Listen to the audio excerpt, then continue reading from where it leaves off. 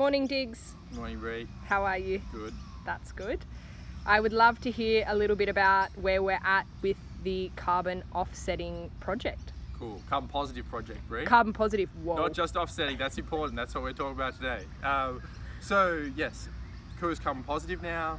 It's great. And we're talking a little bit about what that actually means. We spoke with Lachie and Lauren the other day talking about measuring our carbon footprint, Coolers, and what kind of that means in the process of getting there. And then today, reduction. Nice one. Tell me a little bit about reduction and why reduction is the most important step in the carbon assessment process. Yes, it is the most, well, yeah, it is.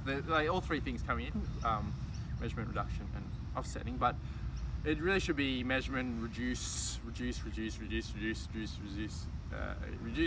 1,000 times, and then finally offset, which I think people skip a few times because reduction is actually really hard. It requires a lot of new decisions, often money, things like that. But it's really important because you don't want to be, fundamentally we're in a crisis and we don't want to be putting any more emissions into the atmosphere than we need to, and we need to be actually going in the other direction, really. So it's the most important thing to do as a business or an individual is reduce your carbon footprint and advocate for other people to do the same. Nice. So how will KUA, with all the information we have from the measurement process, how will we be going about reducing our footprint? Yes. So that's why the measurement process is really important, so you have an idea of where you stand. So we kind of know our total footprint and can compare that against, is that normal? And also know what things contribute to that footprint. And the important thing is choosing and focusing our energy on the bits that make up the biggest chunks of the our footprint pie. And so for us, that's things like our farming and production, our packaging to some extent for B2C, staff and like air travel and transport for staff. That actually is quite a big one. So you choose now that we understand like what makes up a big thing, you choose the big chunks of the pie and focus on reducing those. There's small bits that we're kind of not going to focus our energy on because they're not going to make as big a difference. And so that's the fundamental principle of reduction, which you sometimes forget that you should focus on these big areas. Nice one. And we're talking about KUA as a business, but how can these same concepts apply to the everyday person? Yes. Good question. It's exactly the same. You first need to do some research, do some reading.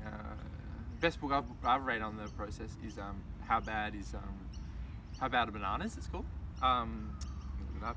But online, there's websites where you can estimate your personal carbon footprint. So you need an idea of where you kind of sit in the scheme of things. And Australia has very, very high individual carbon footprints. And then have a look at your lifestyle and decisions and choose just one chunk of the pie to reduce. And so that may be your transport and air travel and things like that. That's a big chunk for most people.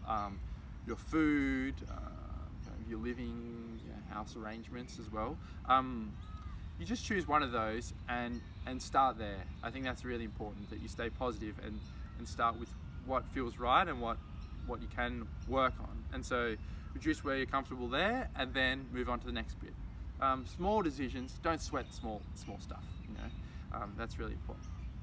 And on top of that, you have to remember that just as an individual, you make up this one component of a much larger system, and part of reducing is reducing your own footprint, but also advocating for change, for reduction in businesses and in government, and they're kind of the massivest chunks of the pie. So that's just as important. And Nice one. I'm up to speed. Thanks, Great. Diggs. Thanks, Ray. Bye.